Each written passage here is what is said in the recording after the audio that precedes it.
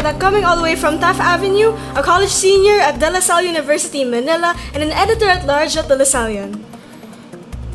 Mayong aga, Francis Allan Angelo from Iloilo, pero ngayon naliligaw sa Metro Manila. And I'm also with the Iloilo Media Citizen Council of the Philippine Terrestrial People. Sayang, Francis, hindi ka umabot dito sa studio. Today is a holiday. It's Eid al-Fitr. Eid Mubarak to our Muslim friends and colleagues. Chief Friends, Meijie, what do you have lined up for today for the episode 3 of Media Nation on Air? Yeah, excited ako sa segment 3 natin. No? Our guests are one of the biggest names in local community journalism. Behind the byline is the multi-award broadcast journalist Sonia Soto. Ang presidente at general manager ng CLTV sa EP3. When she was a student leader back in the 1980s, she negotiated the Soto and really afford but kept the military outside the UP campus. And let's find out later more details of that story and what led her to journalism. In Beyond Borders, Segment 2, we go to the University of Mindanao in Davao and its censorship of its student publication premium. It has made rounds online this week. We will talk about it with Rojan Sydrick Ditucalan, a membership development officer at the College Editors of the Philippines, Davao. And in segment 1, we have an all-star cast. Nagkataon lang po ito, but we have distinguished business journalists Bu Chanco and Gonzales, both of the Philippine Star, and they will discuss how Philippine media is covering the business and economic impact of the latest Iran war. Medyo marami tayong naranasan the past few days, no? And we also have a jam-packed episode today. For people interested in Philippine journalism to listen to us or view us within the Ateneo Loyola Heights campus, we can be heard on 87.9 FM. Elsewhere in the world, we can be heard on Zeno.fm at RK879 FM. And lastly, we can be seen and heard on Facebook, Twitter, YouTube, and Instagram at Radyo Katipunan. And we also have our other hosts who will join us on other days in this program. We have Atty. Bana Matnab, a human rights and privacy lawyer, and also a former foreign correspondent. And we also have Mr. J.D. Diveta of Mindanao News and Philippine University. Viva Donato, former editor-in-chief of Philippine University in Radyo, and now teaching at St. Mary's University in Bulumbong. Luma Taak of iRights in UP Gonzales. And of course, John Mary of Rockledge. Okay, andito na yung mga guests natin. I think pwede na nating simulan ng segment 1, ang behind the scenes media. Yes, Janvic, no? And we're very honored to have with us today this morning two of the biggest names in business journalism in the country. Ladies first, we have Ms. Gonzales, business editor of Philippine Star, and business columnist, one of my idols, binabasa ko lagi, Mr. Bu Chanco. Siguro, I'll start po with my question. Right now, it seems like we're parang abyss, and we have a lot of things to dig up as to the economic effect of the current conflict in Iran between US and Israel against Iran. But tanong ko lang po, is the Philippine media covering enough or doing enough to make us understand or comprehend what's the economic effects ng itong gulo na ito sa Middle East? Maybe the two of you can answer, Mr. Soto or Ms. Ali.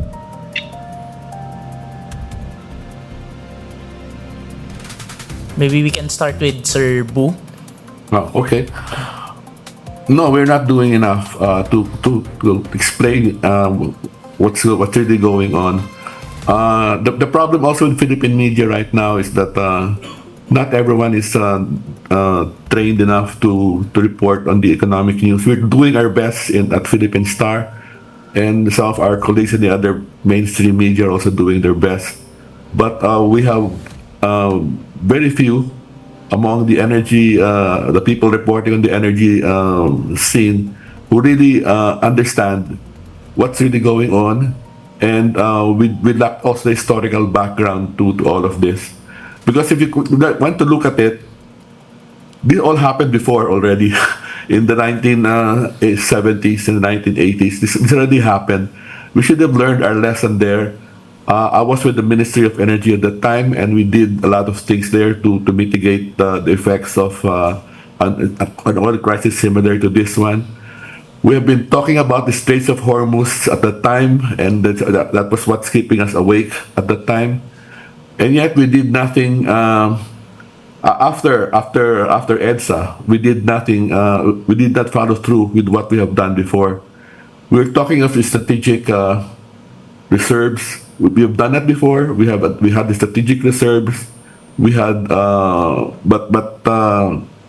later on after EDSA, again we did not follow through, and then so the impact on our country is really bad.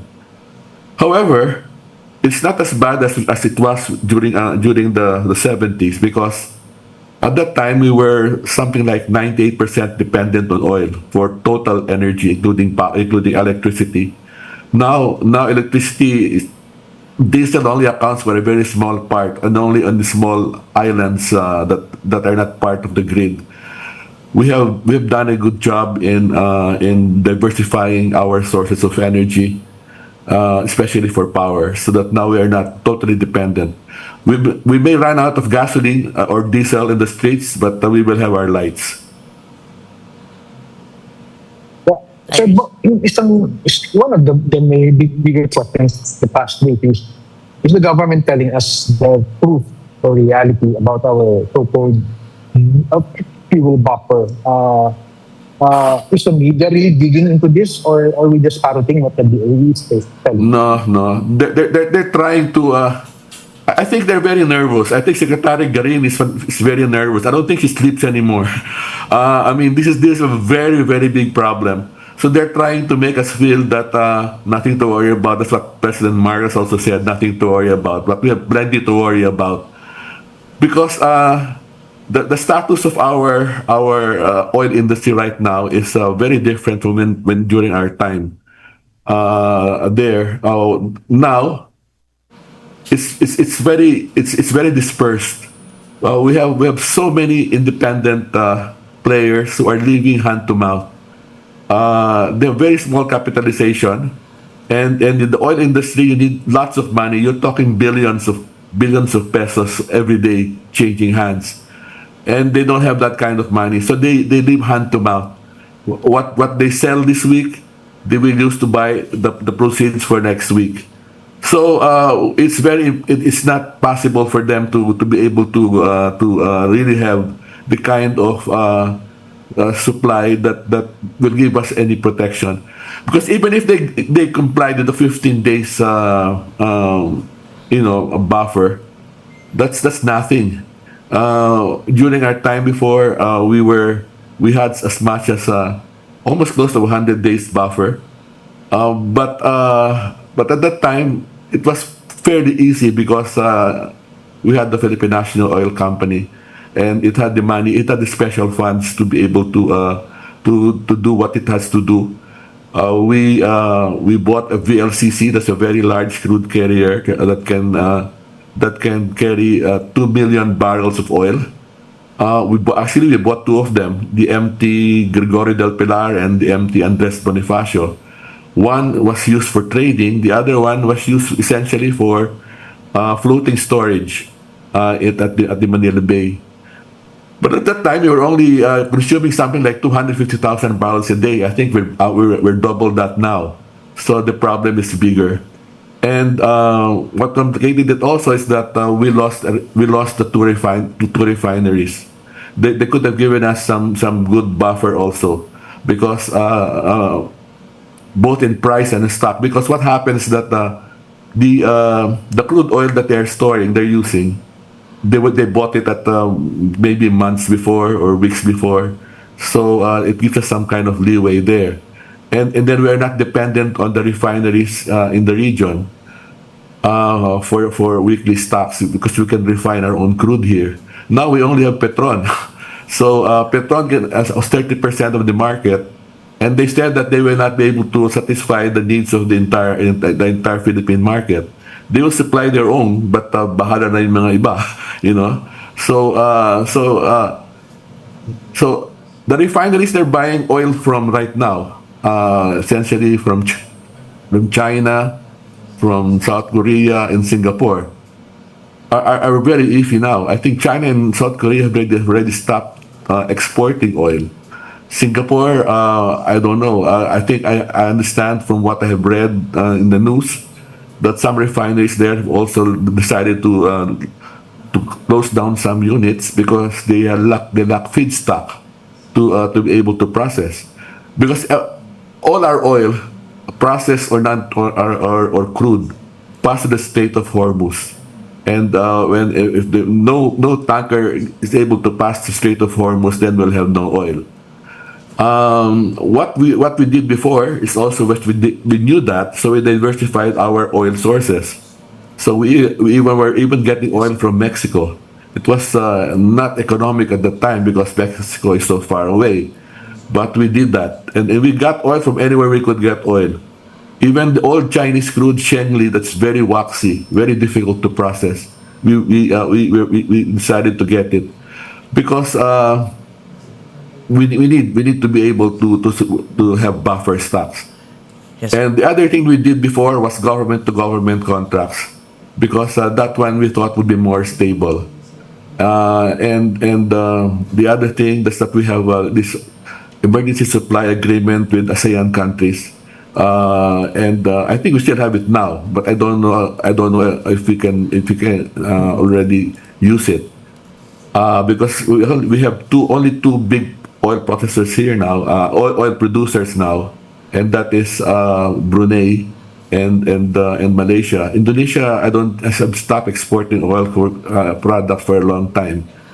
But these two countries can probably help us. But anyway, depends on also their own needs because they also have contracted obligations that they have to fulfill. So no, we are caught flat-footed here. We have made no real provisions because the good times have been quite good. So as Secretary Garin said, oil regulation is good in good times, but problematic in times like this. Yes, sir. So we have to do much better moving forward. Thank you, sir. Yeah, go Francis.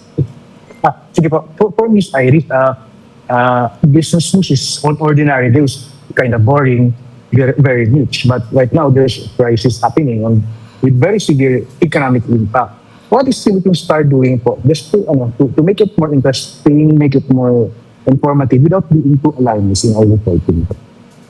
Yeah, hi, good morning everyone. Good morning, Francis. No, even before the crisis, I wanted to, because I stepped in as business editor 2024. So parang I introduced the kind of more like a lot of feature stories, human interest, man on the street type. So that's what we're trying to do now with the crisis. No, we're trying to look into yung impact talaga on the drivers, the motorists, the commuting public. Because even without the crisis, covering energy is very technical, no. So the initial response to your answer kanina for covering enough. Well, I asked the whole team when the war broke nung Feb 28 to get initial reaction from the government, and what we got was like parang temporary lang, it's nothing to worry about, and obviously they didn't know yet what it was, no, because now it's on the 18th or 19th day. So this is not temporary. So yun. So we also feel we're racing against time. Parang naghahabol din because every day something new comes up, no? But it's good that Boo is there because Boo has seen the previous crisis. So we appreciate his columns, sharing us what happened before. Yun yung importance ng institutional memory. Yun, he makes it's very important na na somebody who's seen it before is there and can compare it to how it was, no.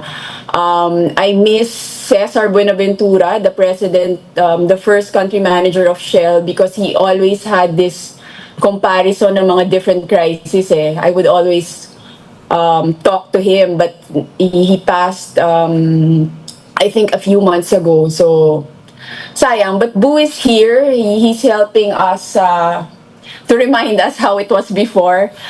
He's gonna have a column. Abangan nyo. Tomorrow, Boo, no? On the regulation. Yeah, Yes.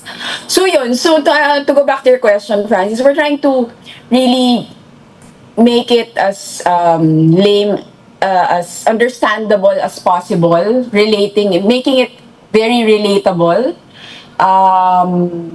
getting a lot of human interest angles. So what's really the impact on the drivers, the jeepney drivers? I've asked the reporters to interview yung drivers mismo. I also noticed lang na kulang yung visual coverage. Kulang yung visual coverage. It's always the default presyo ng gasolina, the price signages yun sa gasoline. But other than that, kulang yung visual coverage. So we're also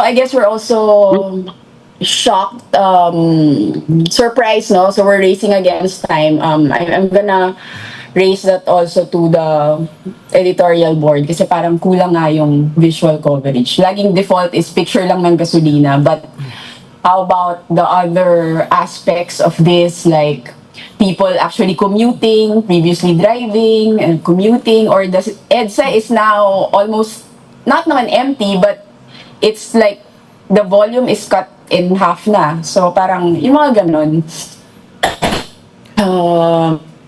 Yun yung initial observation ko on this. Dugtungan ko lang dun, Iris, especially since this is BTS Media, we want to learn how the media covers itong mga issues. Siguro hindi alam ng mga listeners natin na usually ang newsrooms, hiwalay ang business team versus dun sa usual na nagko-cover ng politics, for example, or nation or metro. But what we're seeing now, itong business stories, ito lagi yung nasa front page, ito ang headlines ngayon. How important it is for business reporters to also parang include sa coverage nila or at least yung knowledge nila dun sa iba pang nangyayari na issues para kapag may mga ganito kalaking mga storya, ay kayang makontextualize. At the same time, sa kabaliktaran din naman, for example ako, I cover politics. I don't usually cover business, but how important it is for those who cover national stories to also be familiar with the basics of business reporting. Well, you have to understand the... There's a... Go ahead. Go ahead.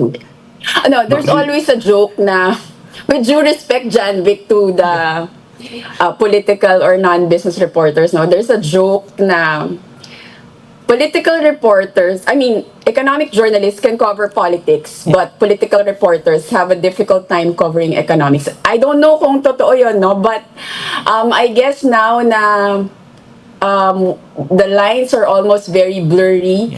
It's really important that all of us, no matter our beats, we must be able to cover extensively any areas na kasi with the geopolitical dynamics, everything is economic news and everything is political news. So it's very related. Hindi na pwedeng you can only cover politics or you can only cover economics. So that's my take on that. Sir Boo? Yeah. Kasi like energy is very technical. Whether you're talking power, you're talking oil, it's very technical. Even the energy beat reporters today, there's only one or two of them who I believe the real veterans there have been there for quite a bit of time. Mirna Velasco of Bulletin and Lenny Lectura of Business Mirror. They're the only ones who really have immersed themselves in the technical aspects of covering the beat. It's difficult because the oil industry has its own language, and even the amount of money involved might seem as outstanding to ordinary people. But for the oil industry, it's nothing. Let me give you an example. When I was at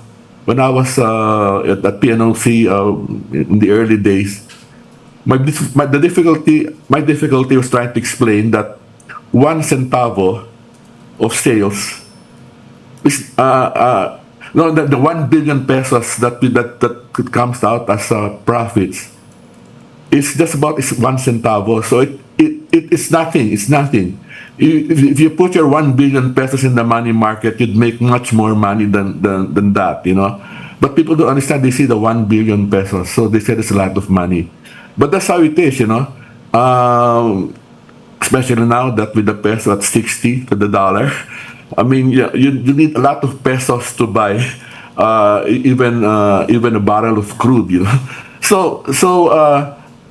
And there are a lot of technical points, especially in the way oil is priced using the Platts, you know, and all that sort of stuff that has not been explained adequately. Even our congressmen and senators are quite ignorant of how this thing works. I was so appalled to that the Senator Soto wanted the deregulation, you know, scrap. You know, we scrapped regulation because it didn't work. You know, what they want to do is they want to control the price, the retail price. But what private sector company will want to lose money doing that? You know, you have to be able to roll over your cash to survive the next day. But they want the regulation scrapped. You know, so it will be a worse situation because what will happen is that the oil industry players will just not buy oil.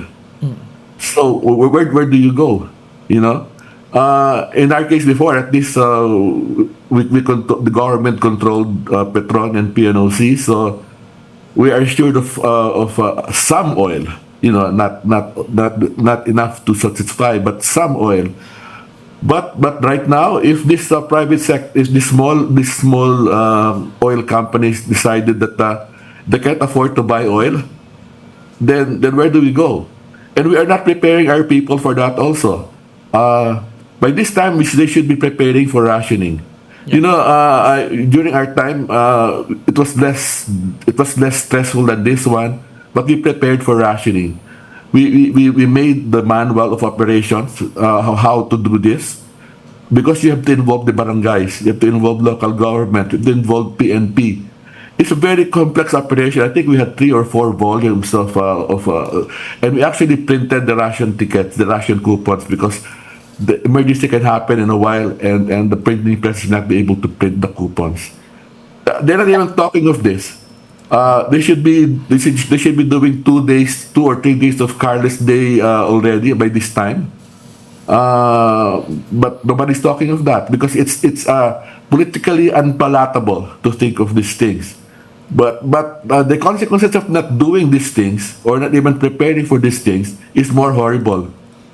What happens if one day suddenly we just couldn't buy oil at any price? Yeah. And I think that's about to happen if this war continues. We're unlucky because we have a superpower that you know, that doesn't seem to understand, you know, what to do. You know, they went into a war and with no plans of how to get out of it. So I think it's gonna drag on for quite a while. I think in my column yesterday I made a timeline of what will happen.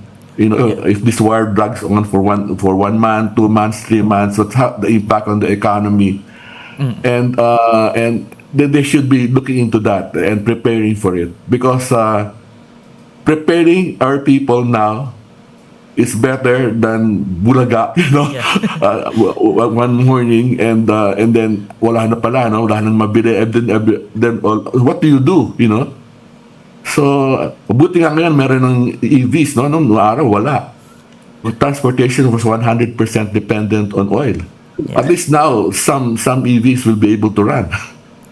I think if I may quickly add, no, I think Janvic, yung what Boo mentioned on the regulation, it's also very important that the economic journalists are covering that, because we understand what's the difference between populist measures and realistic measures, because Congress is now pushing for deregulation, but we from our we've covered it before from the business beat, and we know na yun nga, as Boo said, we're deregulated because the past didn't work. Yeah. So I think that's the role we play as economic journalists. We have to we can explain the difference of populist measures and realistic measures or what's really necessary. Meijie, you want to? Alright, so thank you, Sir Boo and Miss Iris. So it is truly important to have extensive coverage as politics and economics do intertwine, or even there are also economic impacts in other sectors of society. So I'm quite curious. Especially that Sir Boo kept mentioning how technical it is to cover energy and economics. So where can non-business reporters begin to get involved, especially to show this intersection of politics, economics, or any other affected sectors? Ms. Iris, maybe you can go first. Where to begin? You really have to be very interested, because if you're not interested, at first Boring. glance, you're gonna quit because it's really technical. It's an alphabet soup. I remember when I was covering energy, I was pregnant and people were teasing me my baby would be named EPIRA, Electric Power Industry Reform Act. That's the acronym. So ganun ka-technical. You have to be interested. I got interested in covering economic news because of, ito maaano na yung age ko. I was a fresh grad and ERAP was the president, and one of the issues against him was insider trading. Yeah. Yung manipulation of BW resources. And that really got me hooked into economic journalism because lumabas yon because of the SEC reporters. So the stock manipulation and how ERAP allegedly tried to defend his crony. So yeah, first, that's the very basic. You have to be interested in economic news. Because if you're not interested, you're gonna, you'll find it really technical, you'll find it boring, and you'll find it intimidating. But if you're interested and you see the impact of how it really impacts directly into your lives, into our lives, into every aspect of society, then you can make it very interesting. If you want to really be, if you're interested and you decide to go for it, then you have to read the business pages, you have to read the columnists, and you can see how it's related to all aspects of society. And you can of course join our organization, the Economic Journalists Association of the Philippines, where we have seminars for new business journalists. So yun, you have to start somewhere. You have to be interested first. Okay, Sir Boo? I think, it is what we do. Yeah, that's why I was also saying before that economics is a very good subject in college. I mean, it's something that business that journalism graduates journalism students should study, because everything is economics once you end up in the workplace. The big news is on the economics field. So unless you understand economics, the basic roles in economics, then you can't figure anything out. And if you can't figure anything out, you can't explain it to your audience. One of the best feedback I got from some of my readers is that one teacher, I think from the provinces, said that high school teacher said that she's that teaches economics and then she reads my column because she's able to explain in layman's language what is the impact of the different economic issues affecting the country. I think that is the role of economic journalists, trying to explain to a high school teacher, how to do how economic laws affect their lives, you know. So a lot of gobbledygook for some people, but it affects your life, you know. It affects what you earn. It affects everything about you. So being economically literate is the first important thing. If you're not economically literate, then we're not talking about anything. We're running out of time. Maganda sana ang usapan. Even Sir John enjoyed the conversation. But we're really running out of time. But we are very thankful to Ms. Iris and Sir Boo for sharing your time and their knowledge ngayong araw na ito. Maraming salamat po. At Okay, thank you. Thank you. Thank you. Thank you for having us. Thank you. Enjoy the Thank you, conversation. Iris. Okay, I think we can proceed with our segment 2.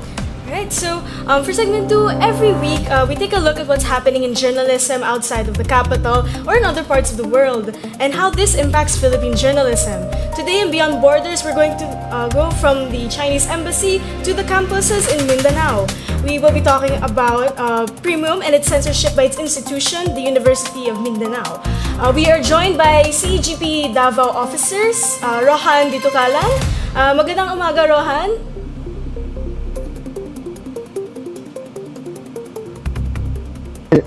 Hello po, good morning. Am I audible? Yes, you are loud and clear. So yes, good morning po. Good morning everyone. Hello po, Meijie. Alright, so while hindi namin ma-reach ang premium ngayon, understandable, we are glad that you are here, CGP Davao, you are here with us today. And I'm pretty sure CGP Davao also lent assistance to them and also published a statement as well through their social media pages. So let's first clarify, Rojan, yung mga facts since this story may be a first here among the viewers, though it did make rounds online the past week. So, could you provide the brief highlights of what happened to Premium based on CEGP's statement? So Premium, the official student publication of the University of Mindanao, has faced many administrative actions. So that includes the takedown of the page, pressure from the administration, and the resignations from the editorial board. So these actions raise concerns because they appear to interfere with the publication's editorial independence. So from what had happened here is that maraming mga suppression na nangyari kasi the administration deemed most of their posts as too political, which is a bit absurd since campus journalism has the rights to cover political coverage such as yung mga mobs na nangyayari dito sa Davao or any opinions or commentaries from what is actually happening. So the administration emphasized, sinabi nila sa editorial boards and stuff na dapat maging quote-unquote apolitical and dapat may maging neutral stance sila. So that's what happened currently sa Premium ngayon. Alright, okay, thank you, Rohan, for a short briefer. Just some short clarifications. As you said in the statement, or CGP said in the statement that the editorial board of Premium collectively resigned. So this was voluntary as a act of protest. Yes. You could say it was also a bit forced because what had happened here is that after they were convened by their admin, then the admin and then their advisor, they were given an ultimatum to return all of their devices, to return all of their pages, their accounts, and etc. They were given an ultimatum that, or like a warning that if they would continue posting any contents like this, they were forced to be stripped away or like parang matatanggalan ng scholarships since the publishers or the campus journalists natin sa UM has scholarships if they are part of the editorial board. So since stated by their report, the admin, like parang sinasabihan sila na like if you guys continue this, then it's you are like parang, how do I phrase this? Um, Parang sinasabihan sila na if you can't conform, then yun, you will get your scholarship stripped away. So, and as part of the protest, parang since nabigyan sila ng ultimatum, so they collectively resigned and they returned all of their devices, all of their the account, the page, and so on. Okay. Okay. Thank you. Again, thank you for that, Rohan. And last clarification, especially that this was one of part of the discourse online is that the piece that Premium published which was in English Allegory of a Runner, which is alluded to the Dutertes. What would you say about that piece? Especially it's written from a place where it's widely considered as a Duterte bailiwick or household. Ay, po, ano yun? What can I say about the piece itself? But I think what did you say about this piece being written, and especially na this came from a publication that's situated in Mindanao, which is seen as a household for the Dutertes. Publications has, or campus journalists has the rights to express their views and opinions, which does not automatically reflect on the university's stand itself. So, may karapatan sila na maglatag ng sariling opinion, and I think it is, in my opinion, I think it is right.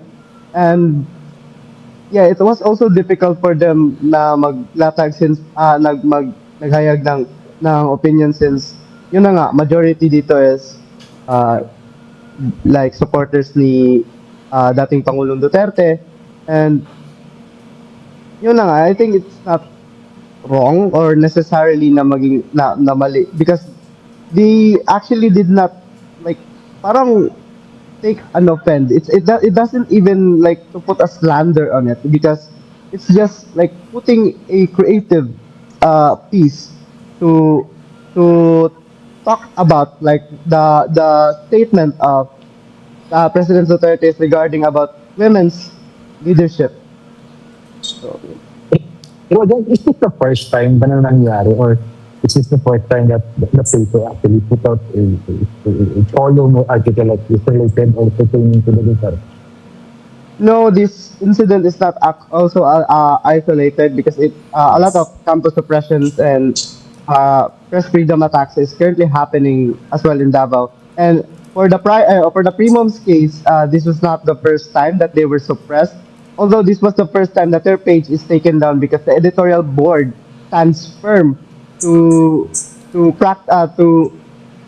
practice their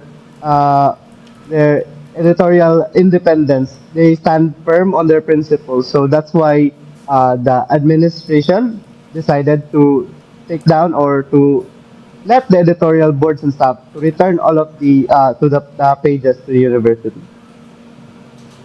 So ibang schools na alam mo, anong nangyari sa kanila? Were they also experiencing the same suppression or practice from the administration? Po? Yung sa pagkakaalam mo sa ibang schools, are they also suffering the same or experiencing the same pressure from the administration? Yes, there are some other schools that like hawak nila yung publication itself, like the admin,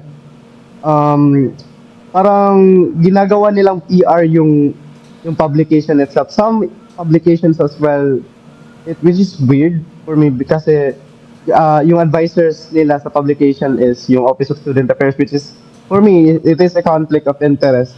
And majority, or if not most of the, if not all of the publications here, except for the state use, are parang sinusuppress nila maghayag ng opinion, kasi most of here are like, like they wanted the publications to be apolitical, they wanted the publications to post only the school events and so on, and most of them parang hinahawakan nga nila yung budget, which is according to some of the reports that we have received and according to some interviews that I've gathered from the other publications, it's like parang sa primum din, like a lot of suppression, a lot of admin interventions, something like that.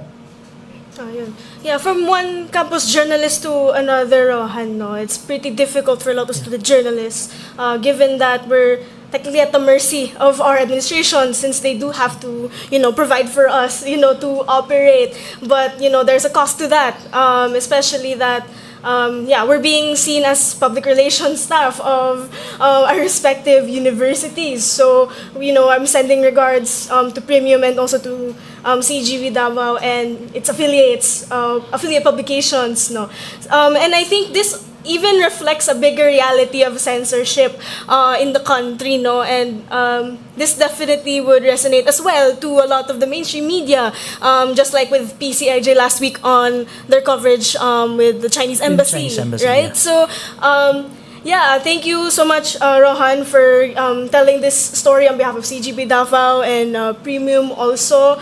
And to wrap things up, no, for your last question for this segment, would you want to ask? Sure, sige. Siguro, Rohan, maybe an advice to student journalists who are facing similar situations. What can they do? And broader siguro, no, what can we do as journalists as well, not from campus publications, but from the national media, from community media? What can we do to help campus journalists who are facing the same situation?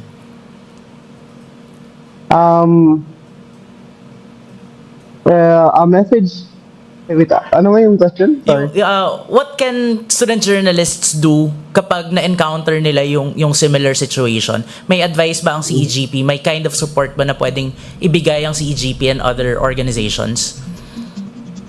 Yes, for us as CEGP, we can help.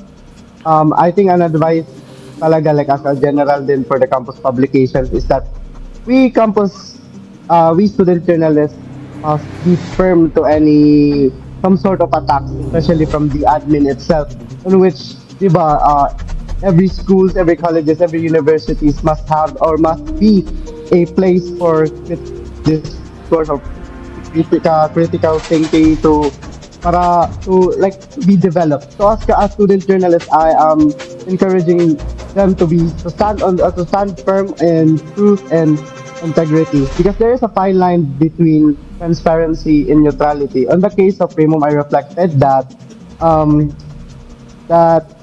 campus journalism or journalism as a whole should not be apolitical or neutral. It should be biased to the truth. It should be biased to the truth with honesty and integrity, showing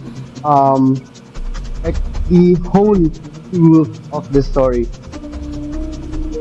Thank you, Rohan. Yes, maraming salamat ulit, Rojan Ditucalan of CEGP Davao. Again, we're standing in solidarity with Premium and other publications around Mindanao. So now we'll be taking a short break and we'll be right back.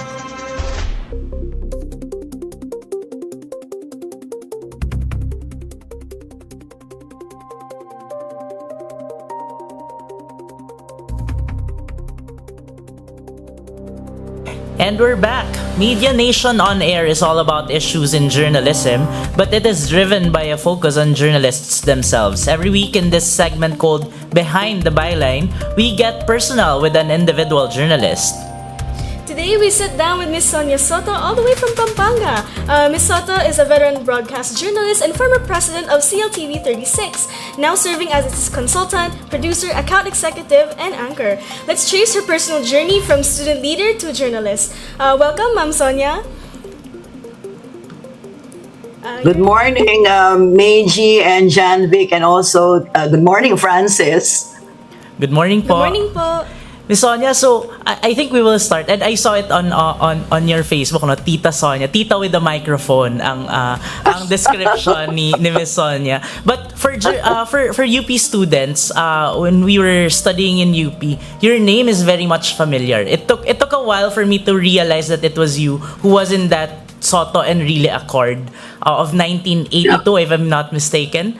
Can you talk about your transition from being a student leader and how that experience during the martial law years helped you, guided you in being a journalist throughout the years?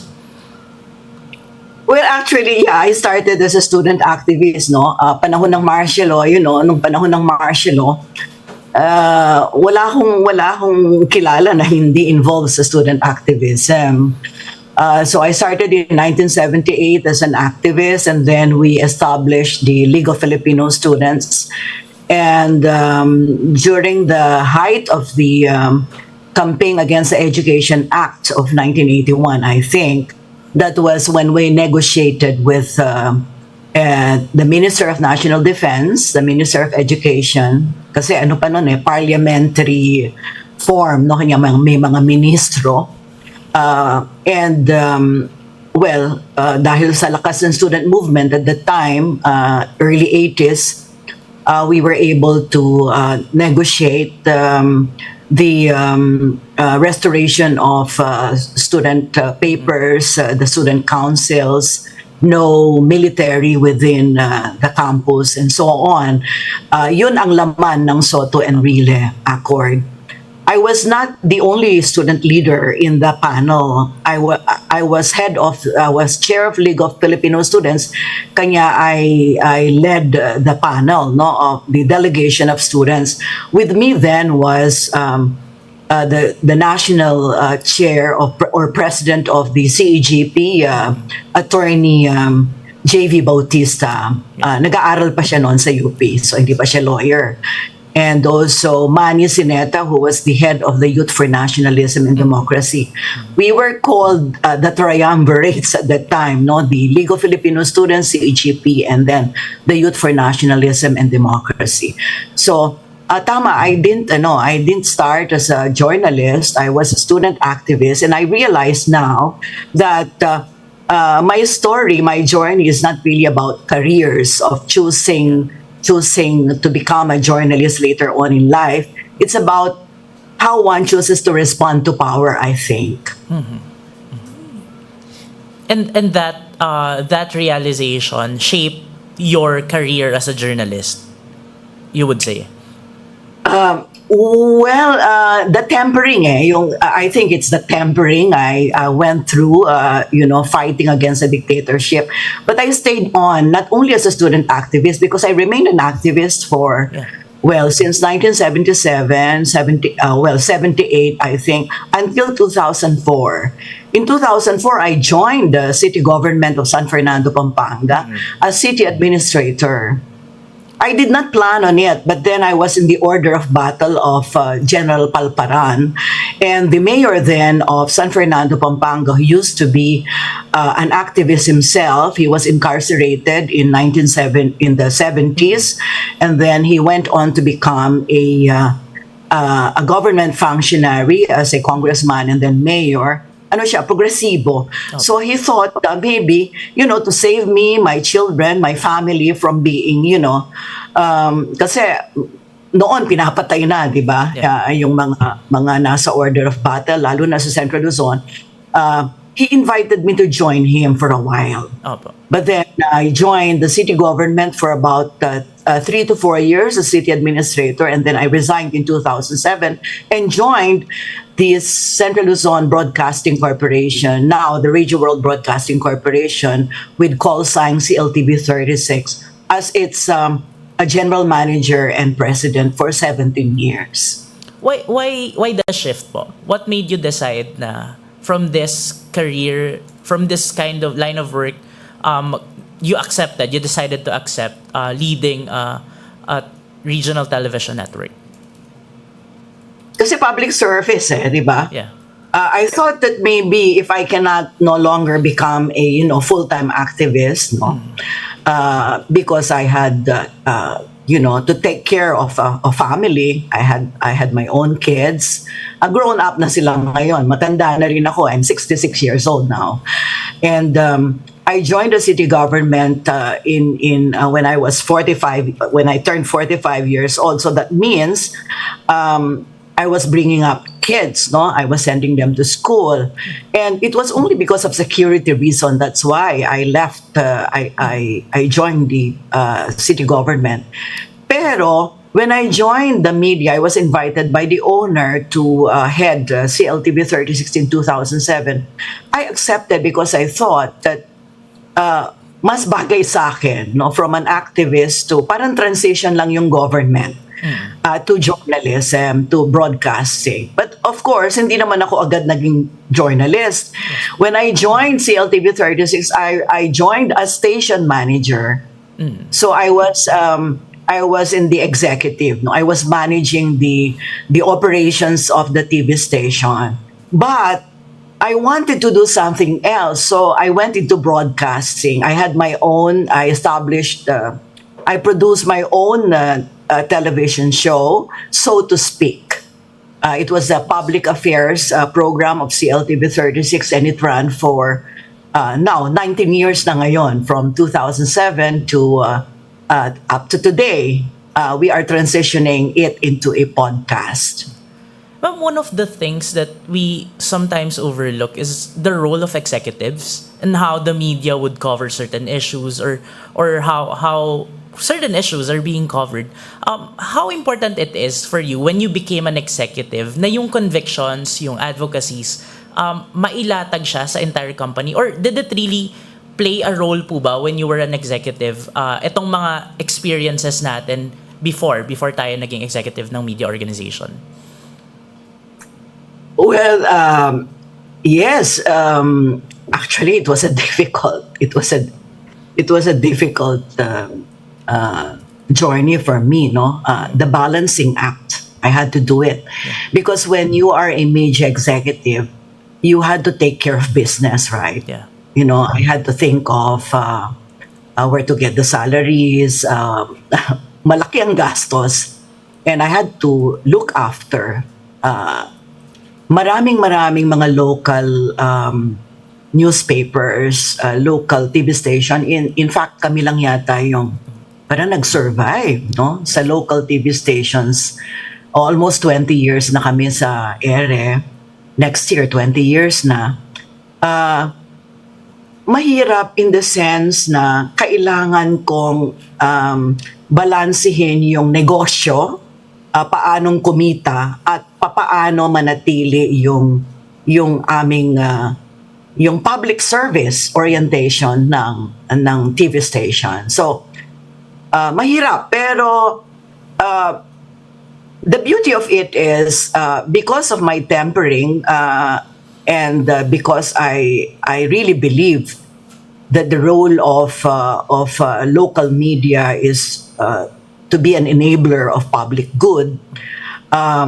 Nakita ko na meron ding support ng community. So hindi rin ganun kahirap in that sense, no, dahil kinilala ng community na meron kaming papel na kailangan gampanan. Pero nag-iba na rin magmula nung pandemic, noong ang mga city governments or local government units ay nagtayo na ng kanilang sariling Facebook page, medyo nandiyan na yung hirap. Meijie?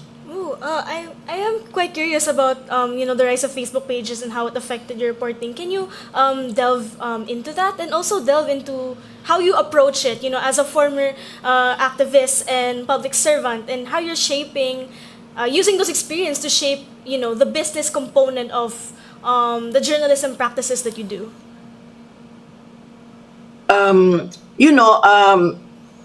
To keep the company afloat, no, para tuloy-tuloy na maka-operate yung CLTV 36, because we spent around 3.5 to 3.8 million a month.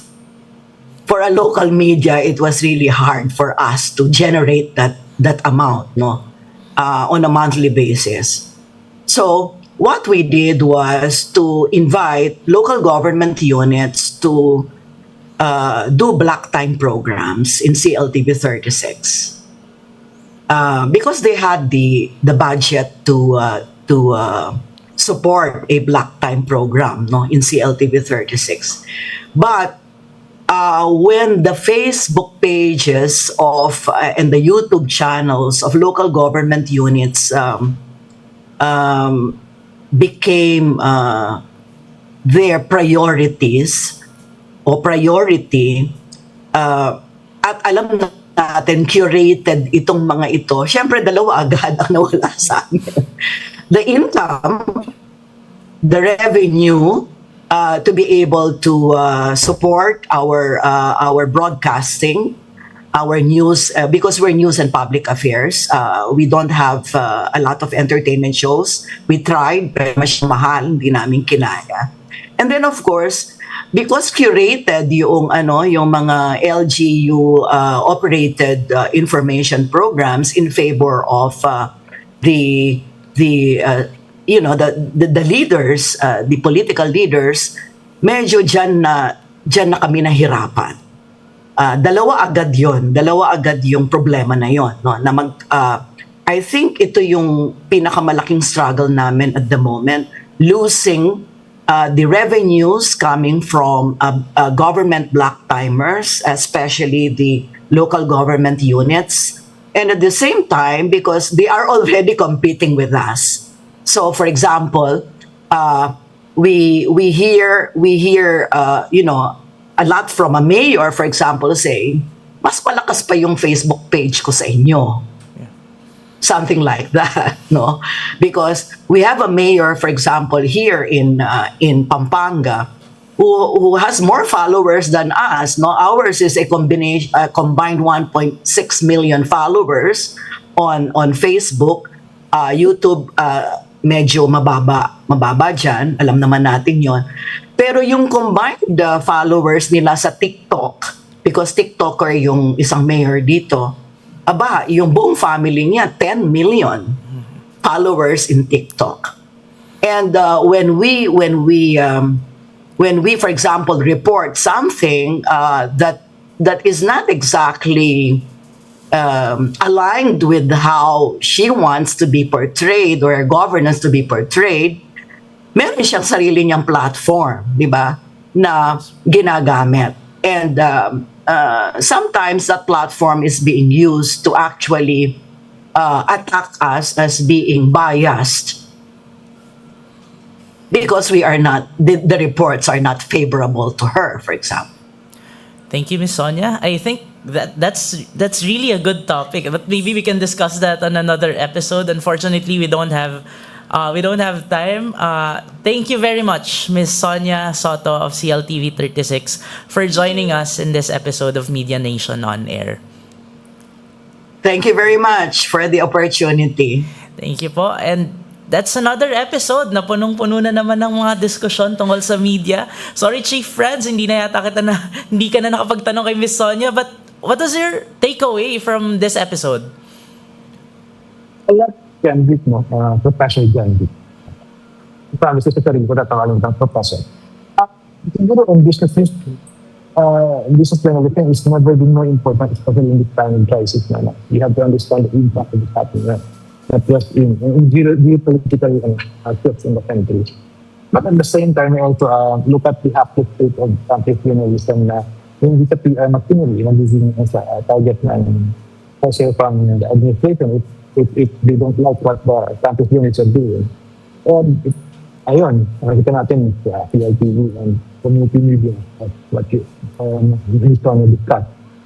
Hirap pa rin tayo sa community media to stay afloat and be relevant. So, these are very, very trying times, but we are just soldiering on the community. Thanks, friends. Ikaw, Meijie, what was your takeaway in this episode? This is your first episode. Yes, this is my first episode. Welcome to Media Nation on Air. Thank you, Janvic. Thank you, everyone. I'm really glad to be here. And honestly, for my first episode, ang dami ng napakagandang diskusyon na nangyari. And for me, it's so hard to, have, just a key, like single key takeaway. Of course, I guess, the censorship of premium and how administrations can severely affect campus journalists in times of dissent was a key takeaway as someone who's a campus journalist as well. But I really was deeply interested in the discussions on the coverage of energy and economics and the technicalities of it all. And especially, the segment we just had with Miss Sonia on, the business component of the media industry, which actually needs more discussion because, it's the business component that would really keep us afloat, no? no? So yeah, that's, it's really everything. Minsan si Yeah. Francis pwede nating tanungin din siya as editor of Guardian, Daily Guardian. But ako, ang takeaway ko dito yung institutional memory. Doon sa unang discussion, second and third, sobrang halaga ng merong institutional memory in covering issues, in making sure that we put issues in the right context tulad nung nangyayari sa Primum. Pag meron kang konteksto doon sa mga nangyayari, mas naipapaliwanag natin kung saan nakalugar itong mga issue na to sa mas malaking ginagalawan natin sa lipunan. Whether it's history of, yun nga, ni Miss Sonia or etong nangyayari ngayon in relation to the Iran war. So, ayun. Ang sarap talaga ng usapan, but that's really all the time we have. I know ang ganda ng mga topics natin, but yes, Chief Francis Allan Angelo of the Daily Guardian and Professor Janvic Mateo of the Philippine Star, maraming salamat at sa uulitin. At salamat din tayo sa ating partner, Radyo Katipunan, sa ating producer, Pagbabago Pilipinas, at sa ating pagpapagpagulin, our sponsor, the Sydrick Foundation. This has been Media Nation on Air, a program dedicated to helping strengthen Philippine media through media criticism and media proficiency. You can catch replays on the Radyo Katipunan Facebook and YouTube channels. Please help us help the media by spreading the word. Thank you and good morning. Good morning. Good morning. In every headline, there's a human behind the byline. In a time of misinformation and mounting pressure, journalists stand on the front lines of truth. But who tells their story? Media Nation on Air examines the issues in media, journalism, and the press. We analyze how news is covered. We question ethical dilemmas. We explore newsroom realities. And we shine a light on the lives of journalists beyond the camera. Their welfare, their struggles, their calling. Because the story that